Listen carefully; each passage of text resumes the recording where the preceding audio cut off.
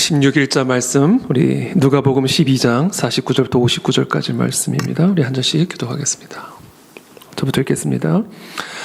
내가 불을 땅에 던지러 왔노니 이 불이 이미 붙었으면 내가 무엇을 원하리요?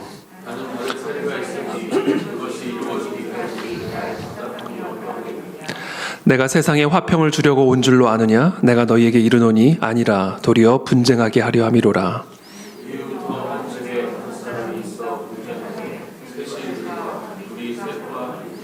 아버지가 아들과 아들이 아버지와 어머니가 딸과 딸이 어머니와 시어머니가 며느리와 며느리가 시어머니와 분쟁하리라 하시니라.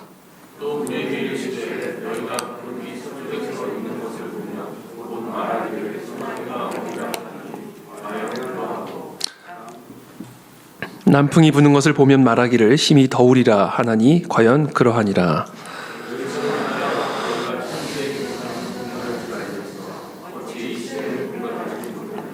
또 어찌하여 옳은 것을 스스로 판단하지 아니하느냐?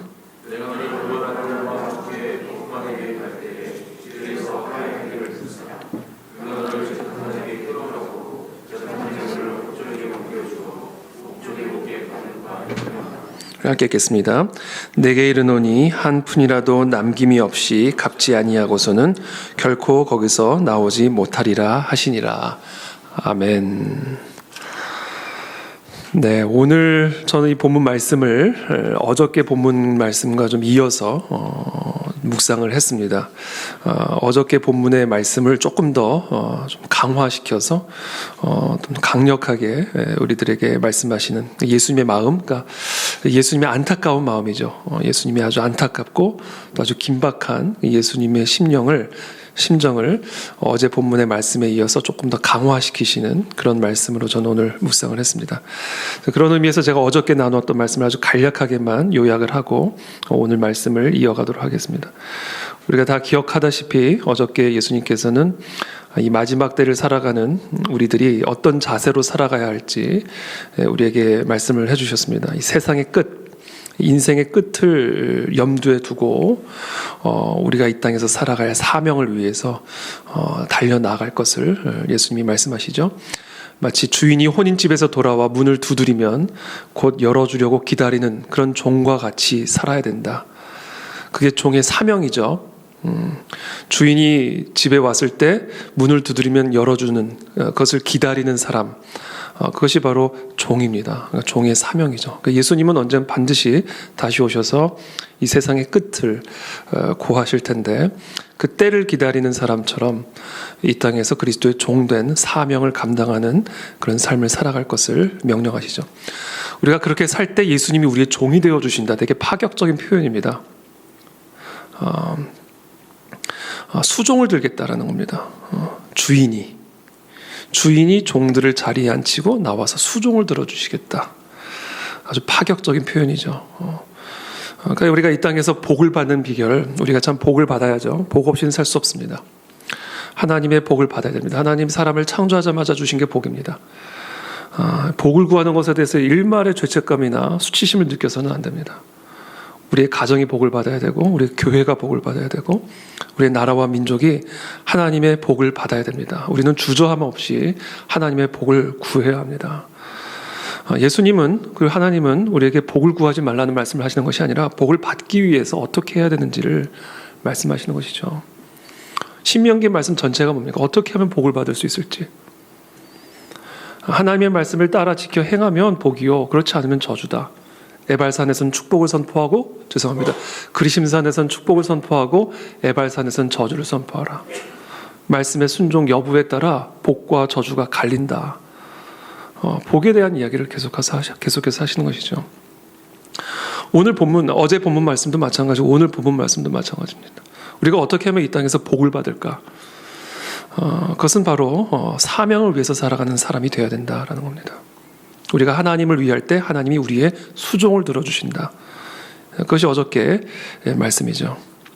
그래서 어저께 본문 38절에 보면 이렇게 말씀하세요. 주인이 혹 2경에나 혹 3경에 이르러서도 종들이 그같이 하고 있는 것을 보면 흔들림이 없이 사명을 감당하는 삶을 살고 있는 것을 보면 그 종들은 복이 있으리로다. 그러면서 도둑의 비유를 하시죠. 도둑이 집을 뚫지 못하게 항상 깨어있는 것처럼 너희도 항상 준비하고 생각하지 않을 때 불어닥칠 수 있는 때를, 마지막 때를 준비하라, 이렇게 말씀하시는 겁니다. 그러면서 이제 진실한 청지기가 되어서 집 종들을 맡아 때를 따라 양식을 나누어 주는 그런 청지기가 될 것을 명령하십니다. 우리는 오너가 아니라 우리가 무엇을 갖고 있든지 간에 그것은 하나님의 소유요, 우리는 청지기로서 그것을 맡은 자다.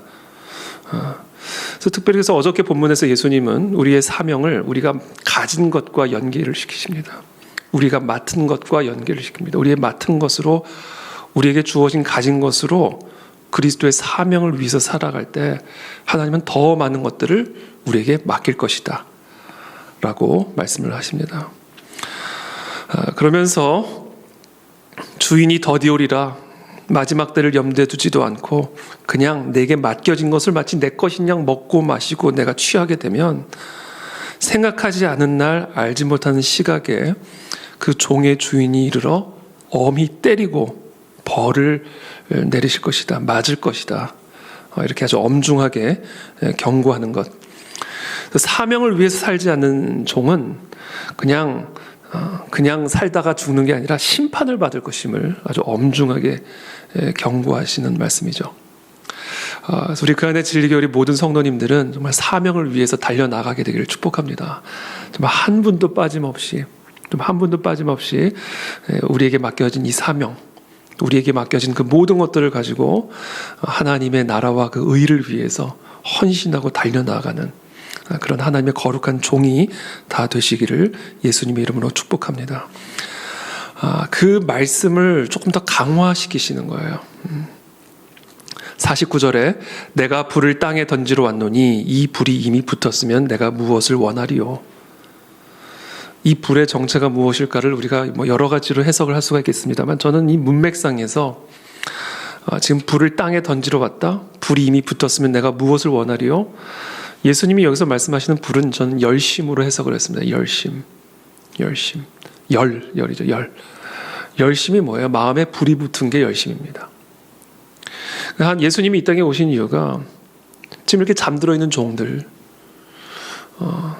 하나님의 사명은 전혀 염두에 두지도 않고 내게 맡겨진 것을 내 것인 양 착각하고 내가 먹고 마시고 취하는 일에 취해 있는, 이 마음의 불이 완전히 소멸되어 있는, 이 세상에 완전히 취해 있는 그런 하나님의 종들의 마음에 불을 던지기 위해 왔다.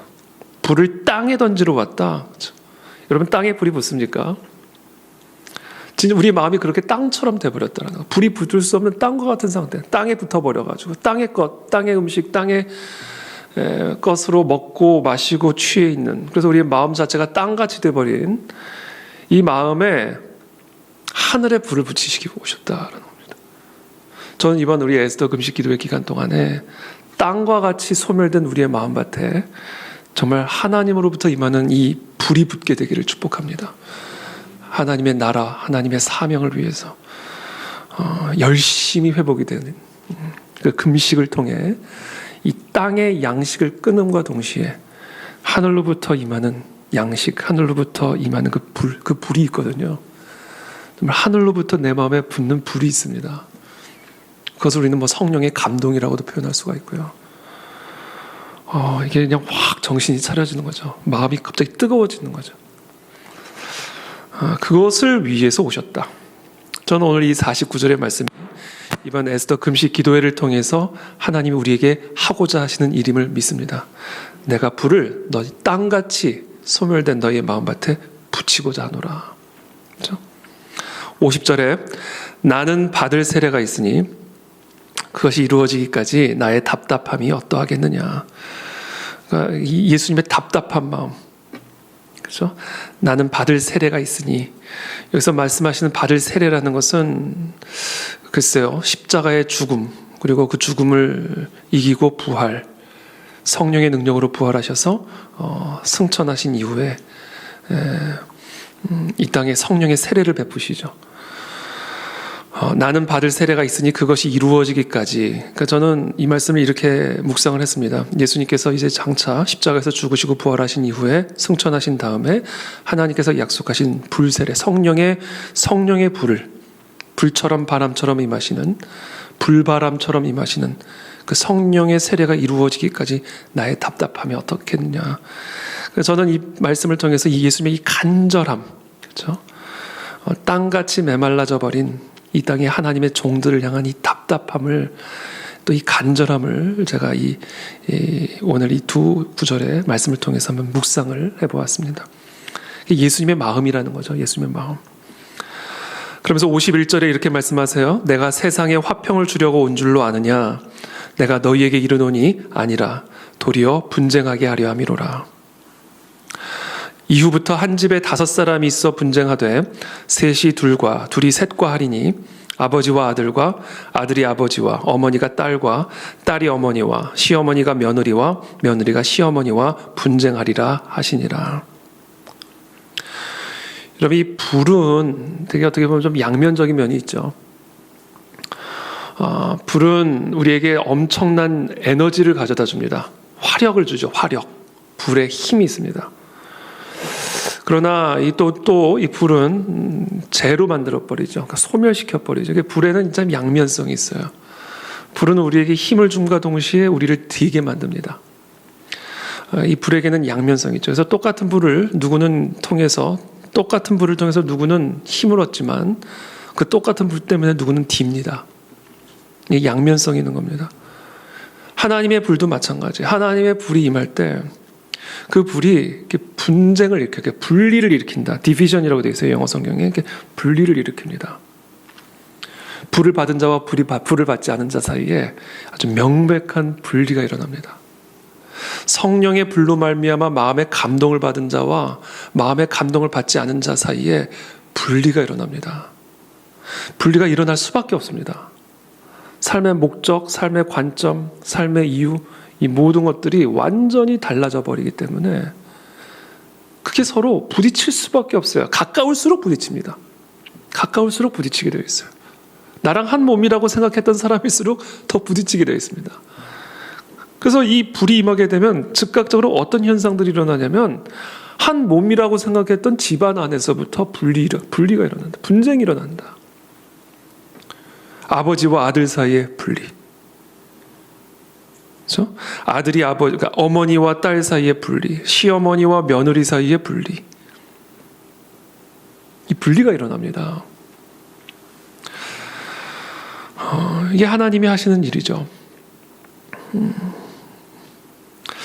그래서 무조건 하나가 되는 게 중요한 게 아닙니다. 절대로. 예수님이 얘기하죠. 화평을 위해서 온 거 아니다. 오해하지 말라. 세상은 무조건 연합, 이거 속임수, 연합을 추구하는 거. 여러분, 세상에서 하나됨 노래를 한다고 진짜 하나됨을 추구합니까? 아니죠. 결국은 내 생각을 중심으로 하나됨이죠. 우리 세력을 중심으로 한 하나됨이지. 진정한 이 세상에서의 진정한 하나됨은 무엇으로 하나됨이냐의 문제지. 진정한 의미에서의 하나됨은 이 분리를 통해서만 이루어지는 겁니다. 분리를 통해서만 진짜 하나됨이 이루어질 수 있는 거죠. 그렇다면 우리는 무엇으로 하나됨을 이루어야 되는가? 성령의 감동으로 하나됨을 이루어야 됩니다. 우리 그안의 진리교회 성도님 모두가 다 성령의 감동으로 하나됨을 이루어야 돼요. 그게 하나예요. 그게 하나됨입니다. 안 그러면 분리해요. 분리해야 됩니다. 예수님이 오신 목적이라는 겁니다. 내가 세상에 화평을 주려고 온 줄로 절대로 생각하지 말라. 내가 옴으로 말미암아 아버지와 아들과 싸울 거다. 나 때문에 어머니와 딸이 싸울 거다. 성령의 불이 임하는 순간 한 교회 안에서 싸움이 일어날 거다. 참 신기한 일이죠. 그러므로 우리는 무엇을 위해서 싸워야 되는가? 모두가 성령의 감동을 받기 위해 싸워야 됩니다. 이게 우리의 싸움의 목적이에요. 땅과 같이 소멸된 그 마음밭 안에도 한 사람도 예외 없이 성령의 불이 임하기를 기도해야 하고, 그것을 위해서 우리가 함께 힘써 부르짖어야 됩니다. 우리 어린아이들부터 어른들에게 이르기까지. 하여튼 그 안에 진리교회 하여튼 터에 오는 사람들마다 다 한 사람도 예외 없이 하나님 그들의 땅과 같이 소멸된 마음밭에 하나님 성령의 불을 붙여주셔서 정말 이 그 안에 진리교회 우리 모든 구성원들이 한 명도 예외 없이 하나님이 주신 이 감동으로 하나됨을 이루게 도와 주시옵소서. 전 이것이 이번 우리 특별히 에스더 금식 기도의 기간에 우리가 함께 부르짖어야 할 기도의 제목이라고 저는 확신을 합니다.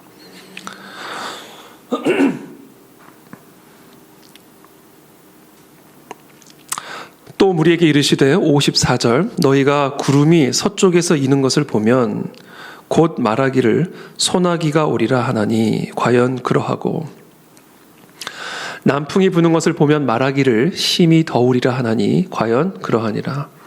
외식하는 자여 너희가 천지의 기상은 분간할 줄 알면서 어찌 이 시대는 분간하지 못하느냐. 왜 이 시대가 주는 메시지를 읽지를 못하느냐. 이 얘기를 하시는 것이죠.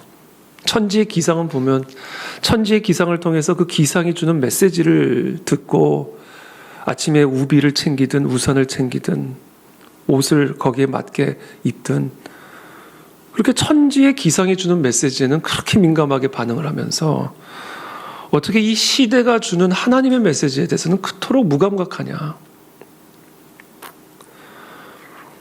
이 시대가 주는 메시지에 대해서 제가 지난주 주일날 말씀드렸죠. 시대적인 사명.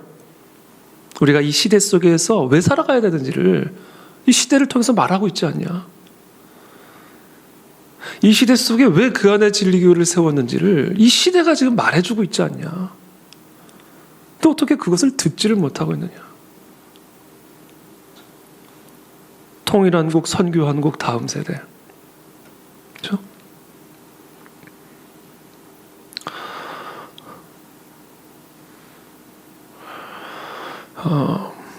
우리 안에 이 사명을 다시금 일깨워주고 우리 안에 다시금 이 열심을 불러일으켜서 이 시대를 통해서 우리에게 주시는 메시지를 듣고 그 시대적인 사명을 향해 우리 온 성도들이 온 하나님의 종들이 힘을 내서 열심을 내서 불을 받아서 달려나가게 만드시는 하나님의 중요한 방법이 하나 있는데 그게 뭐냐면 징계입니다. 이 징계를 통해서 우리 마음에 불을 붙이십니다. 이대로 살면 안 되겠구나. 이렇게 살면 안 되는 거구나. 이렇게 살다가 그냥 이렇게 끝나는 거는 끝날 수가 있겠구나. 이 징계, 하나님의 이 징계가 사실 땅과 같은 우리의 마음에 불을 붙이시는 하나님의 방법입니다. 그래서 징계는 하나님이 사랑하는 자에게 주시는 거예요. 하나님의 종들에게 주시는 겁니다. 물은 내가 사랑하는 자를 책망하여 징계하나니 그러므로 네가 열심을 내라 회개하라. 요한계시록 3장 19절의 말씀이죠. 7교회 중에 한 교회에게 주시는 예수님의 시대적인 메시지였습니다. 우리가 지금 징계 시대를 살아간다고 제가 몇 번 말씀드렸죠. 우리가 지금 코로나 시대, 이 징계 시대입니다. 하루아침에 온 세상이 스톱이 되고, 그렇죠? 많은 분들이 고통을 당하고, 이 징계 시대죠. 징계 시대. 이 징계 시대 안에 담겨진 하나님의 메시지를 들어야 됩니다. 교회는. 그리고 그 메시지 안에는 하나님의 어떠한 섭리가 있고 의도가 있는지를 우리가 알아야 됩니다. 그 의도는 뭐예요? 망하게 하기 위함이 아니라 열심을 내게 하기 위함이다. 이 시대적인 사명을 위해서 열심을 내게 하기 위한 것이 이 징계 시대 안에 담겨진 교회를 향한 하나님의 메시지입니다. 시대적인 징계뿐 아니라 또 개인적인 삶에 있어서 하나님의 징계도 있을 수가 있죠. 혹시 우리 가운데 하나님의 징계를 통과하고 있는 분들이 계신다면 오늘 이 요한계시록 3장 19절의 말씀을 기억하시기를 바랍니다. 물은 내가 사랑하는 자를 책망하여 징계하노니 그러므로 네가 열심을 내라 회개하라. 여기서 근데 중요한 말씀 또 묵상 포인트가 하나 있는데 열심을 내라 이렇게 해서 열심을 내라. 징계를 받는 순간 그냥 열이 나오는 게 아니에요.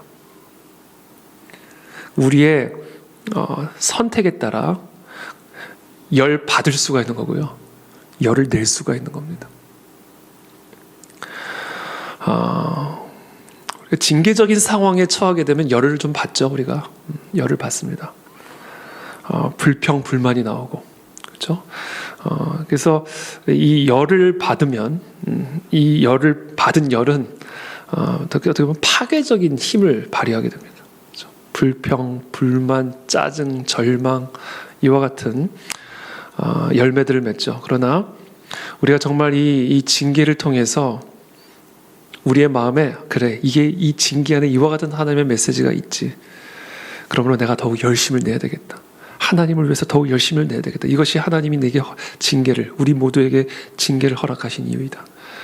그 열심을 낼 수 있도록 하나님께 구하고 또 우리가 스스로 열심을 내도록 노력을 하고 그렇게 함으로써 우리가 하나님의 사명을 위해 달려나갈 때 결단할 때 선택할 때 그때 정말 하나님은 우리의 삶을 회복할 것이고 또 우리에게 놀라운 열매를 맺게 하실 것임을 오늘 이 본문을 통해서 다시 한번 우리에게 강력하게 강조하고 계시는 겁니다.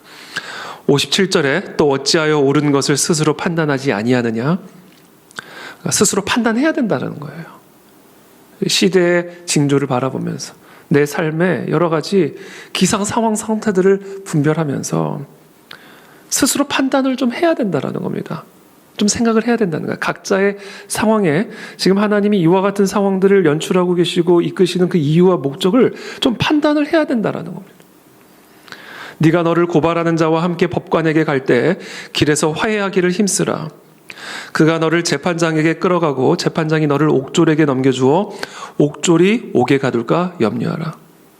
네게 이르노니 한 푼이라도 남김이 없이 갚지 아니하고서는 결코 거기서 나오지 못하리라 하시니라.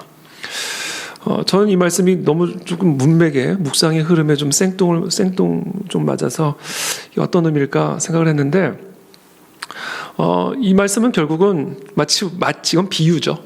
비유로 해석을 해야 됩니다. 고발을 당했어요. 그래서 법관에게 가는 겁니다. 그럼 법관에게 가면 일단 골치가 아파지죠.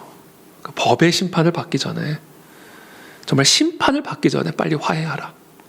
그래서 심판을 피하라 라는 말씀을 이 비유적으로 말씀을 하고 계시는 겁니다. 왜냐하면 법관에게 가면 무조건 유죄다. 재판장이 너를 무조건 옥졸에게 넘겨주어서 옥졸이 너를 옥에 가둘까 나는 염려된다. 심판받을까 염려된다라는 거예요.